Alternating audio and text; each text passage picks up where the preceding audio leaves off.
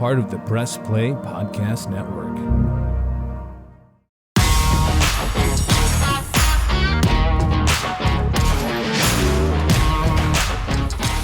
Welcome to the latest edition of the Dennis Manoloff Show, part of the Press Play Podcast Network.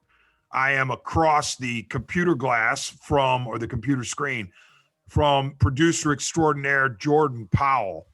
I don't have my typical energy because I'm suffering from something virus related. I'm almost positive. It's not COVID, thankfully, but it has sapped me of a lot of my energy. Every muscle in my body aches. Every bone in my body aches. I'm not trying to whine, but I'm just saying that you're catching me for this podcast at a particularly difficult time. And honestly, I don't know how people do it when they have, when this is chronic, when this type of thing is chronic, because I've had it for about 3 or 4 days and it is brutal. Anyway, you don't want to hear any more about me whining about my physical situation. Everybody's got something. So you just keep grinding. I wanted to open this show talking about NBA All-Star Week, NBA All-Star Weekend. I call it week because that's what it feels like. We just had it here in Cleveland. We're taping Monday afternoon, so the festivities wrapped yesterday. And what a beautiful situation it was on balance. First of all, I give tons of props to anyone and everyone involved with getting the All-Star game to Cleveland, getting it back to Cleveland for the 2022 season, the 2022 calendar year. I was lucky enough to cover the 1997 50th anniversary season All-Star game. Michael Jordan, triple-double, Glenn Rice, MVP.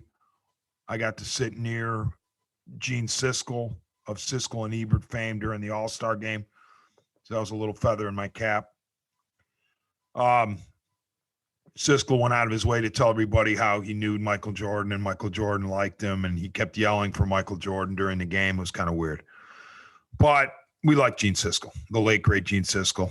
But anyway, so I got to be there in 97 as part of the Plain Dealer coverage team. Fast forward 25 years, I'm no longer with the Plain Dealer or Cleveland.com. I'm primarily radio now. So I wasn't covering the event like I did in 97, but I was in touch with a lot of people who were. I had a radio show Sunday, day of the All-Star game, when I was able to speak with 3 people in particular who were at Rocket Mortgage Fieldhouse. So during the course of the week and into the weekend, I felt like I was there. And almost all reports coming back were great about what a performance Cleveland put on in every possible way, given, extremely difficult situation, logistics, weather was nasty. So I can't be more appreciative of all the people who made sure that the All-Star game not only got to Cleveland for the 75th, but was pulled off the way it was. And it's cool to have any All-Star game in your town for any major sport, but especially when it's an anniversary celebration type deal. And we, of course, in Cleveland, lucky to get 50 and 75. And that means the legends of the game come back, and congregate. And you rarely see them together at one time. I treasure a photo that was taken by a Plain Dealer photographer in 1997 when the 50 greatest gathered, and I believe the total at that point was 47 out of 50 were able to make it to Cleveland. The late, great Pete Maravich obviously wasn't there, and then I don't remember if it was Jerry West or Shaquille O'Neal or a combination of both of them. But in any event, almost everybody was there who could be there. And in this case, you've gone 25 years further, so it's harder to get guys. I don't know what the percentage was, but I did see the photo, and they were all wearing their jackets with the diamond anniversary emblem. So incredible job, and great to see all those legends of the game. So on balance, overall, I'm happy with everything, and I don't want to sound like get off my lawn guy, even though I'm going to sound like get off my lawn guy right now. But some of the components of the All-Star festivities are just ridiculous, okay? I will carve out exceptions for the celebrity game. I have no problem with the celebrity game, especially when it features Myles Garrett dunking the ball. I know the Browns were probably fingers crossed and toes crossed, afraid that Myles would injure himself during one of his tomahawk dunks in the celebrity All-Star game. But it was great to see, Browns edge rusher Myles Garrett doing his thing and being interviewed nationally and all that. So I have no problem really with the celebrity game. Skills competition, great to see the Cavaliers win it. The big three in the making of Jared Allen, Darius Garland, and Evan Mobley. Mobley with essentially the walk-off half-court shot. So that was a lot of fun, and I don't really go into a skills competition expecting all that much, so I'm not going to get all hot and bothered about it if I feel like it's lukewarm. Some of the other stuff, the Rising Stars game or Rising Stars tournament, okay, that's fine. The problems I had with All-Star Weekend were the dunk contest, the three-point contest, and the game itself. Let me start with the three-point contest, which was the least of the three offensive to me. The problem with the three-point contest is I don't mind seeing a new guy win. In this case, it was Karl Anthony Towns of Minnesota, proving that big men can shoot threes. And that's great for him, great for his brand. Congrats to Cat. But you've got to have bigger names in the three-point shooting contest. Otherwise, what are you saying? You have to figure out a way to get the best of the best squaring off. The best three-point shooters in the world need to be the ones who are in that contest. You say, well, that's hard to do and whatnot. Okay, but it's easier to do to get the best three-point shooters together than the best dunkers, because you don't need the creativity with the three-point shooting that you do with the dunking. So there's less of an excuse to me. But as long as Steph Curry is in the league, you've got to figure out a way to get him to shoot, as one example. And so, yeah, Karl Anthony Towns, great job. But, and I know Trae Young was in it. That was fun to watch. But Luke Kennard and some of these other guys were just like, what? I mean, and Kennard actually did a nice job. But why are we even watching if they're not the best of the best to begin with? What does that title really mean? The dunk contest, though, makes the three-point contest look like the best thing that was ever invented, because nowadays the dunk contest is a complete travesty. And I don't blame the individuals anymore who are in it. They're trying their best. At least they're agreeing to do it. But as with the three-point, you've got to have better dunkers. You have to have, stars of the game doing these dunks if you really want to continue with it. And if you don't have the stars dunking, then the guys who are dunking had better be unbelievably creative. The problem with that is it's pretty certain that all of the creativity has been sucked out of dunking and dunk contests. These guys can't come up with anything more that's new and exciting and fresh. Otherwise, if they do, they'll probably injure themselves doing it. As it is, they've already risked life and limb, and sometimes, jumping over cars and grabbing balls out of mascots' hands and things like that. So the problem with today's dunk contest, today's day, today's age, and then specifically what we saw over the weekend in Cleveland in 2022 is that not only do you not have the big names dunking, but you don't have creative dunks anymore. And as much as they try, they come up short. Cole Anthony, kind of a perfect example to encapsulate both of my main criticisms. Cole Anthony, not a household name, okay, outside of the Anthonys and his extended family. Yes, his dad, Greg, was an NBA player and is a commentator. And okay, fine, Cole Anthony's got some game, but he's not a household name. He's out there dunking he's one of the finalists. So, I mean, they only had 4 to begin with, so they were all finalists, really. But Anthony is out there, and his first dunk attempt, he takes his shoes off, puts Timberland boots on, and tries to dunk with the boots on. Winds up doing it, but it's like, okay, great, you put boots on instead of tennis shoes, and you were able to dunk with boots on. But what does that do for the dunk? There wasn't really anything great about the dunk. He was clearly trying to just be new with worker boots on, and that's not the way to do it. And on and on. And that was the first dunk. And he took forever to change his shoes. And it's like, oh my goodness, what are you doing? Jalen Green, the rookie from Houston, from the Rockets, he tried like 85,000 times to complete his dunk with his friend flipping the ball to him, trying to knock it off the glass.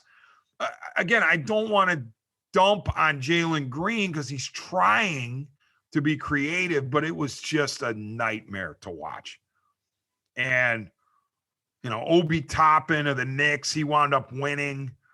I think the 2 finalists from the finalists were Obi Toppin and Juwan Toscano-Anderson, and Toppin wound up winning. He didn't even have to do much to win because Toscano-Anderson's score was low enough that all Toppin had to do was play it safe. It just really a joke, unfortunately. And I'm sure that the NBA will point to a billion different metrics as they measure these things, and interest level was sky high, and all you people who are complaining about it, you don't understand business, and the ratings were fine, and Toppin did great. I'm sure they could throw all that at you, but they have to know this is almost unwatchable. And here's the thing. I totally recognize when somebody comes at me and says, if you don't want to watch it, turn the channel, change the channel. Okay, fine. Yeah, you're right. You got me there. That's a standard blowback on criticism for people who are staunch defenders. They will come back at you by saying, well, if you don't like it, change the channel.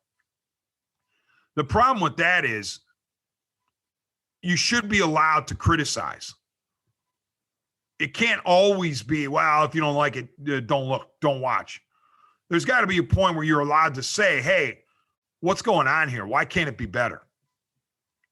And clearly the NBA dunk contest is broken in terms of star power and creativity of the dunks. And one other thing that was a problem for me in this particular dunk contest was the panel and the way they incorporated the panel. It was so boring and so lame. And how Larry Nance Sr.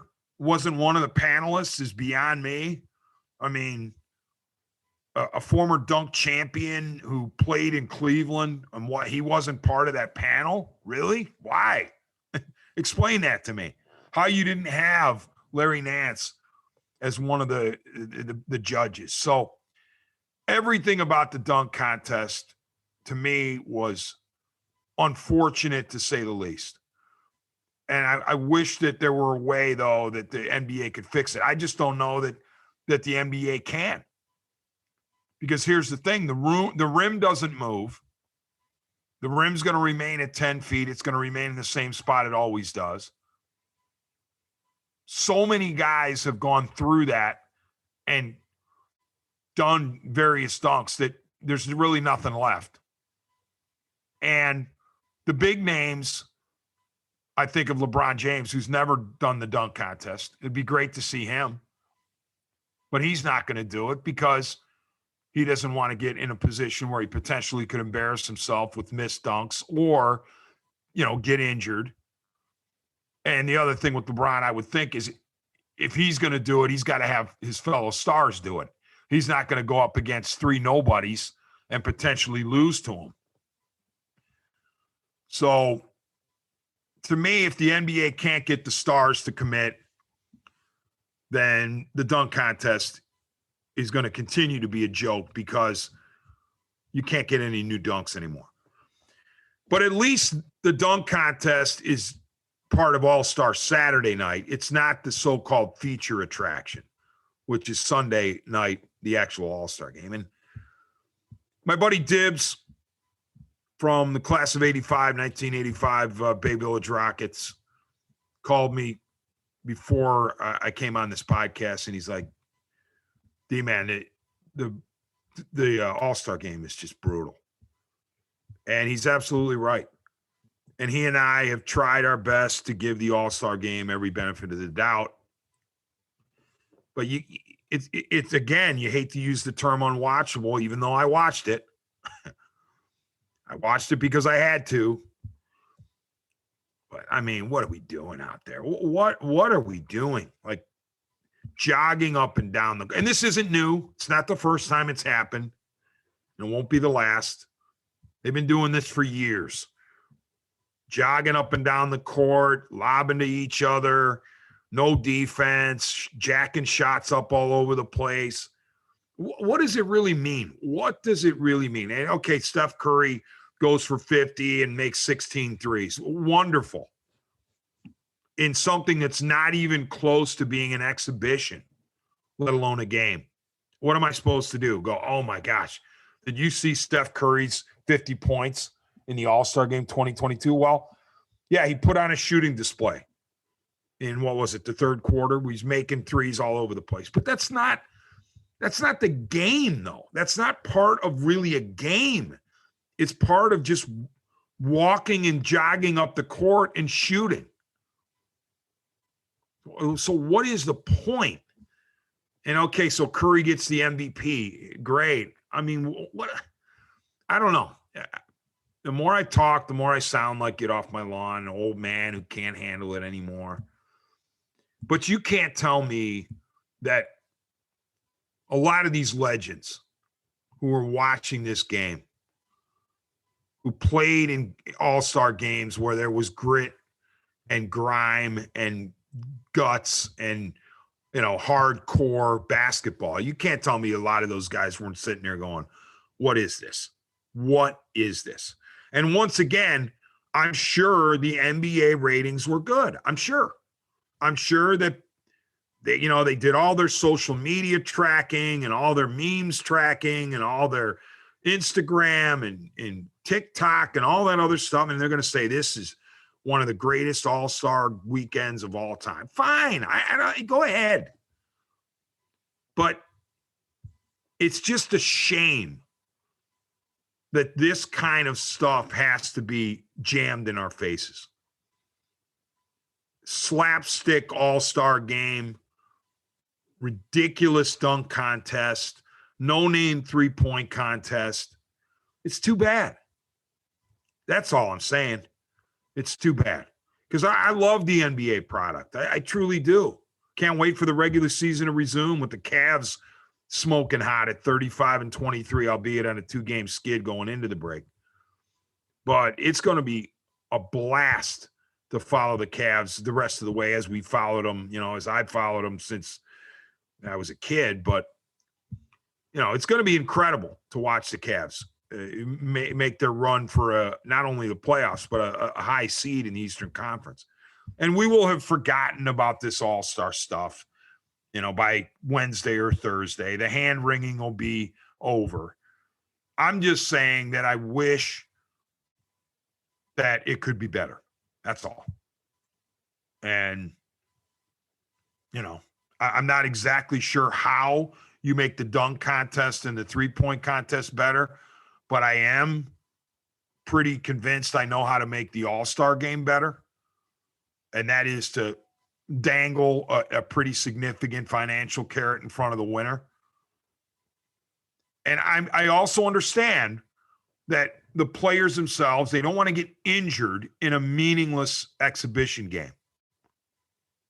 But to me, if you're going to make it count in some way, if you're going to make it interesting, entertaining, you have to improve the quality of that All-Star game.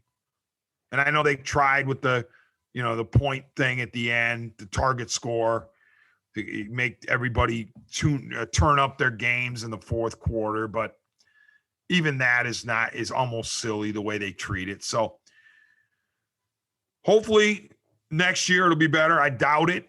And by the way, the NBA All-Star game, as bad as it is, isn't even the worst All-Star game of the four majors.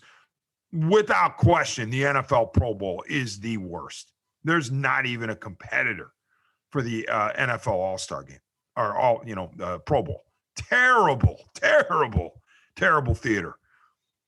Unwatchable, beyond unwatchable is the Pro Bowl. And the Pro Bowl skills is terrible. Everything about the Pro Bowl week is awful. It is way below MLB, NHL, NBA. It's in a class by itself in the sewer. And as far as the four majors, the All-Star games go, I would rank as far, in terms of legitimacy, MLB's far and away number one, because these guys go out there and they actually throw the ball hard as pitchers. You can't afford to lob the ball because you're going to get hurt that way. So they throw their normal mechanics and their normal speeds. And the hitters don't want to get embarrassed, so they want to get knocks. So the MLB game is the closest to the real thing. And then I would put I'd put the NHL game, even though that's a lot of no defense. I still think the NHL game is better than the NBA All-Star game. And then a distant fourth is the Pro Bowl. So, but I don't know what you do. I keep saying that. I don't have answers for it. It's just too bad. That's all. It's a shame. All right, when we get back on the other side of the upcoming break, I'll dive in a little bit with the Juwan Howard versus Michigan coaching staff fiasco.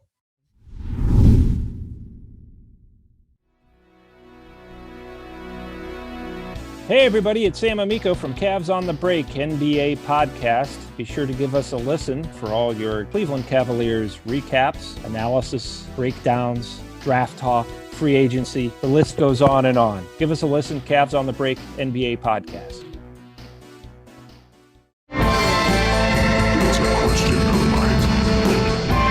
Hey everyone, I'm Holly Wetzel. And I'm Jeremy Powell. And we are your hosts of The Orange is Oranger, a Cleveland Browns podcast on the Press Play Podcast Network. We give you all the dog pound coverage that you'll need each week to get you ready for kickoff and beyond.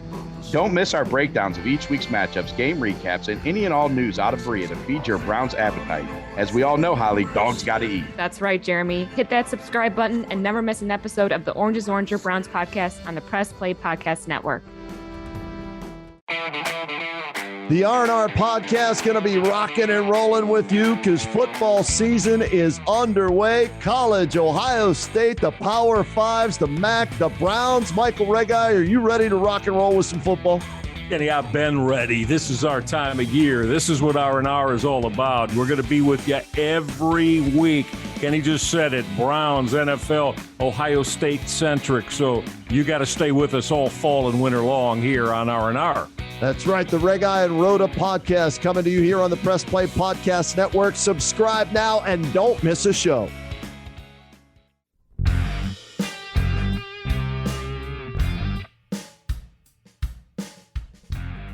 Hey, I'm Jason. And I'm Gary, and we love ball cards. And if you love ball cards too, good news. You just found your new favorite podcast. From breaks to grading. And from collecting to flipping, join us on the Ball Card Show. The sports podcast for the sports collector.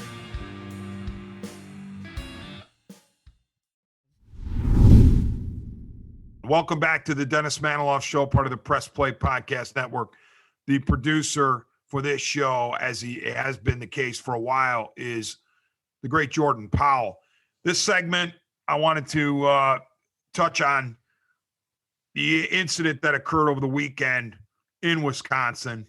Michigan coach Juwan Howard in a dust-up and a punch thrown by Howard as Howard's Michigan Wolverines, the men's basketball team, lost to the Wisconsin Badgers.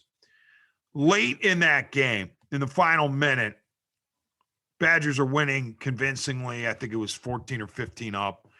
And Juwan Howard kept the press on for Michigan, even though his team was going to lose.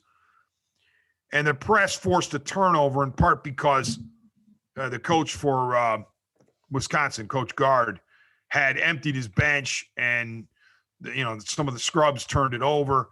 So Gard calls a timeout and Juwan Howard doesn't like it. So the game ends. They're going through the handshake line, and Howard clearly didn't want to talk to Gard. Gard kind of grabbed him by the left, or was it Howard's right elbow, and just said, hey, hold on a second. I want to talk to you about this. Next thing you know, they're exchanging physicality, shall we say, a little bit. Howard putting his finger up in Gard's face. They get separated, and then there's assistants that get involved. And the next thing you know, Juwan Howard is throwing a punch toward an assistant of Wisconsin. A really ugly situation. It wasn't anything on the level of the Malice of the Palace, but it was bad, okay? And the NCAA needs to come down hard on Juwan Howard, no doubt about it. They can't sit here and just say, well, Michigan will take care of this. This is an NCAA problem. I would suspect Juwan Howard gets suspended at least through the Big Ten tournament. Maybe he's allowed to return for the NCAA tournament, but you have to send a message that this kind of stuff can't be tolerated. I'm not saying that Juwan Howard is 100% blame, that 100% blame should be cast toward Howard. I'm sure there were situations in that scrum, words that were said by the Wisconsin side that wasn't pleasant. If I'm Juwan Howard and I'm perhaps embarrassed, but at the very least angry that I lost to the Wisconsin Badgers, I don't necessarily want the head coach grabbing my arm in the handshake line, especially if I'm mad at him about calling timeout. So not everything is Juwan Howard's fault, but I think he started the problem with the insistence on pressing at the end of the game when clearly the game was over. And then getting angry about Gard calling a timeout. I mean, what are you upset about? It's like your team got beat. Take the beating like a man. Have your team finish the game normally and be on your way. And don't get insulted or angry because Coach Gard on Wisconsin was calling a timeout when the game was well over. Then why press then? What are you pressing? And his explanation, his rationale after the game, it's 5 defense or something like that, 5 press forward, or he's trying to use code word for full court press. No, you were wrong there, Juwan, Coach Howard. If you don't want Gard to call time, the best way to do that is to back off the pressure against the scrubs, let the scrubs bring it up into the forecourt and run out the clock. Then you don't have to worry about Wisconsin calling a timeout. But because you forced a turnover in a meaningless press, okay, well, the Wisconsin coach decided to call timeout. So I think Howard was in the wrong initially. And then, obviously he's in the wrong for throwing the punch or the slap or whatever you want to call it. You just cannot do that in any way, shape, or form. In college athletics, high school athletics, amateur athletics, pro, no matter what. So the punishment for Howard needs to be severe. Yes, it does. All that said, and by the way, again, Wisconsin not angelic in this as far as, the coaching staff and the words exchange. And I saw a few Wisconsin players look like they were getting involved in a potential melee there. So I'm not saying that either side is blameless. But what I am saying is the lion's share of the blame's got to go to Juwan Howard. All that said, there shouldn't have been a handshake to begin with.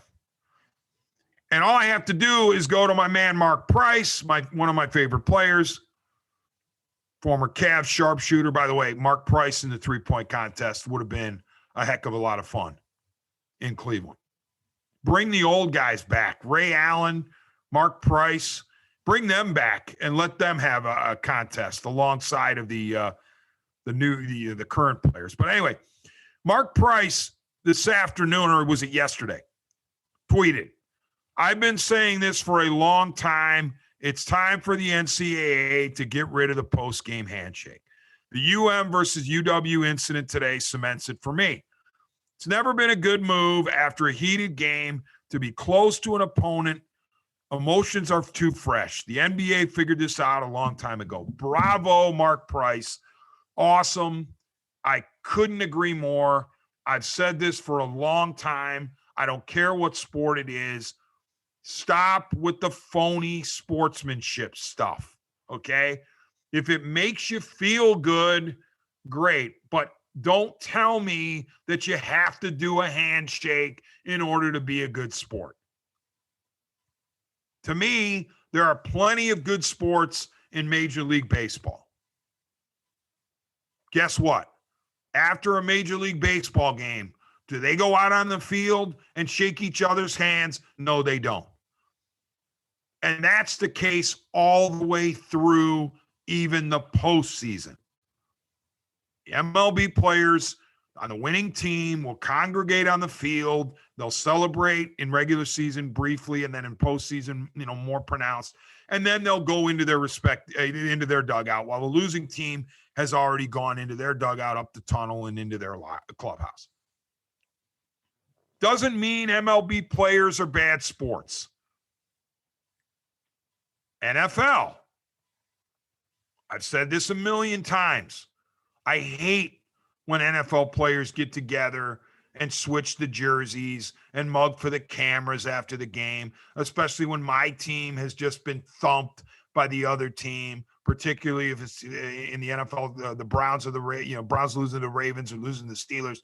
It kills me to watch Steelers and Ravens players yucking it up with Browns players after a Steelers victory or a Ravens victory over my team.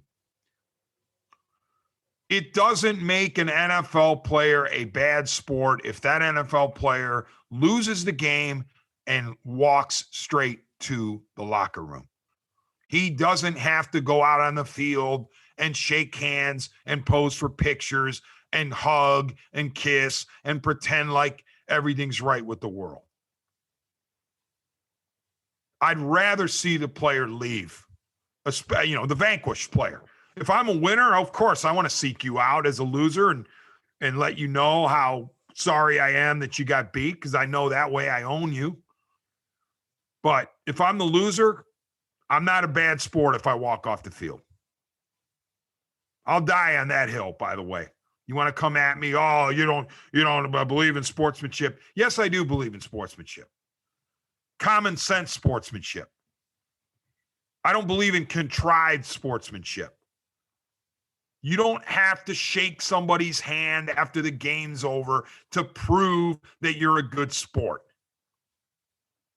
NHL, they don't shake hands with each other after regular season games. Now, after series in the Stanley Cup Finals, the tradition, they all get on the ice, they do the handshake, and fine. Okay, great. You want to do that in the postseason? And by the way, when I watch the NHL guys do it, I think it's genuine in those postseason handshake lines. I think they're genuinely, congratulating each other on a hard-fought series. If they want to do that, great, but I would never mandate it. That's my whole point. I wouldn't mandate the NFL guys have to talk to each other after the game. I wouldn't mandate MLB, any sport. And you say, well, all right, if you're going to do that with pro, if you're going to let the guys be the guys when it comes to pro, and of course there are women professional athletes too. I know that all in various sports, but I was specifically talking about the NFL, the NBA, and NHL and MLB. But there's got to be a different set of rules when it comes to college and high school. No, there doesn't. There does not. Okay. Oh, but Dennis, how can you? No, I've seen it. I've seen it many, many times at the college level. It's fake, the handshakes. They're fake. The high school handshakes, fake. If I'm a losing player on a high school team, I don't need to prove to you that I am a good sport after I lost the game. Sorry, not sorry. I don't have to do it.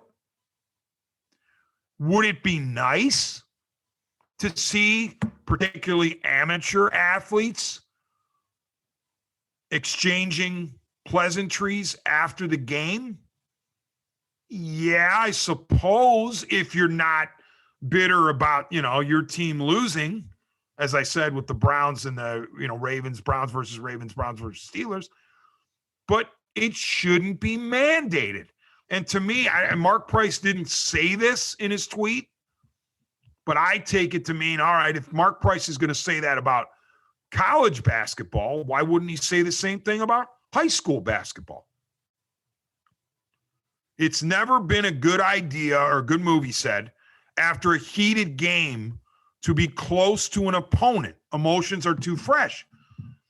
That's Mark Price talking about specifically college basketball and the UW-UM game over the weekend.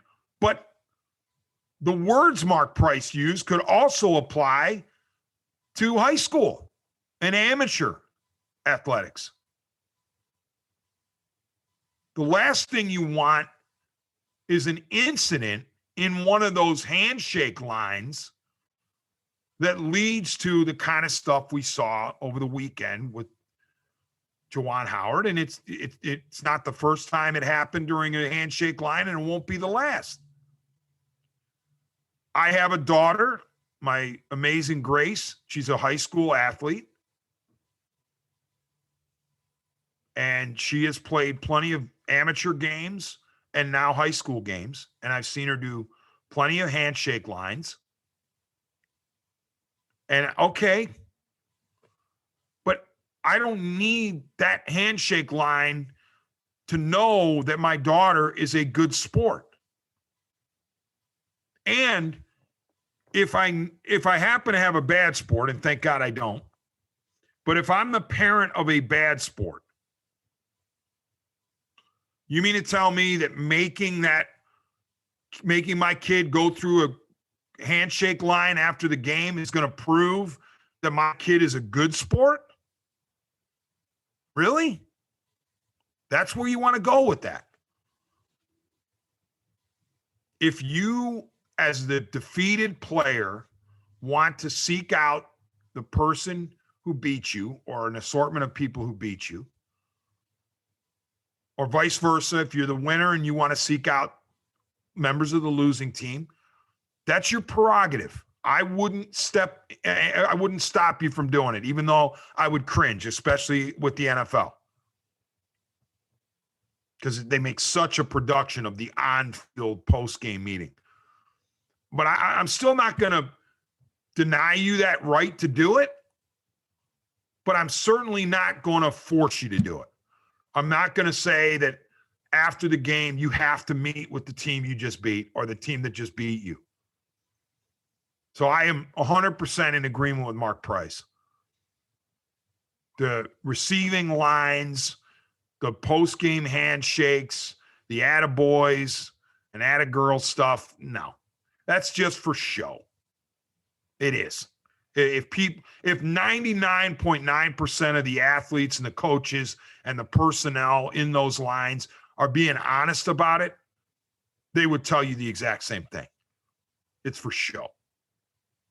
And it really shouldn't have to be mandated. It shouldn't be mandated. And then you might be able to avoid stuff like this. All right, when we return, I'll just have some closing comments about MLB versus MLBPA.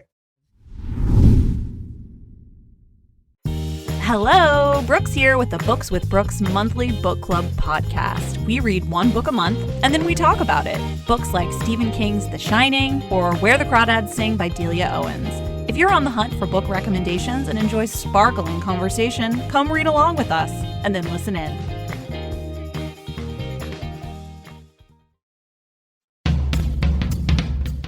Hello, this is Don Mike Mendoza, the host of the Producing While Asian podcast.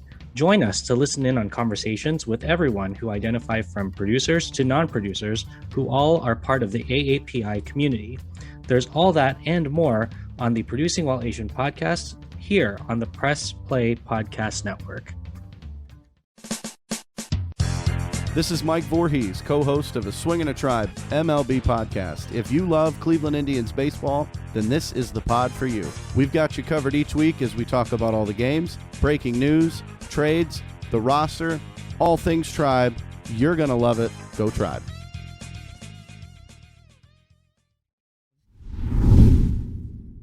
Welcome back to the Dennis Manoloff Show, part of the Press Play Podcast Network.